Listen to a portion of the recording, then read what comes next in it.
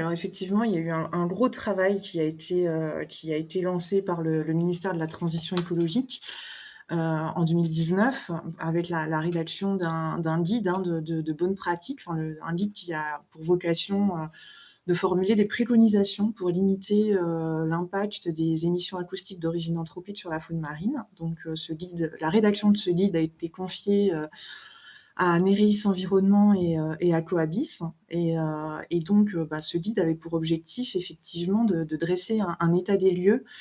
des connaissances liées aux activités génératrices de bruit, dans le milieu marin, donc les différentes activités industrielles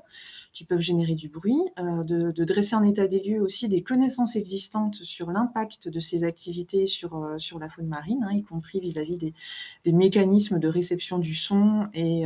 des impacts qui peuvent en découler. De dresser un panorama également des mesures de réduction,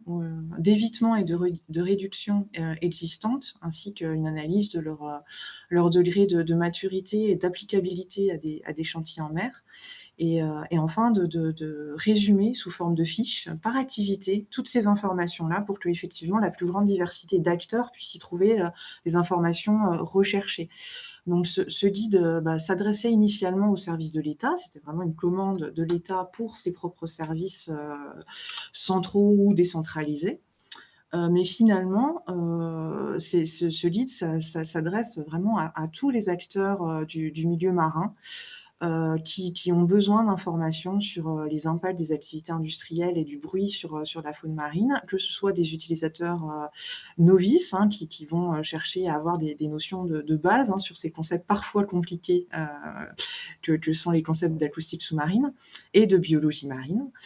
mais également des utilisateurs plus avertis qui vont avoir besoin d'informations, assez poussées, assez spécifiques, puisque c'est vraiment un très gros travail bibliographique. Et donc je profite du coup pour dire que ce guide a été traduit en anglais et que donc il est disponible maintenant, dans les 2 versions et qu'il est appelé à être diffusé assez largement.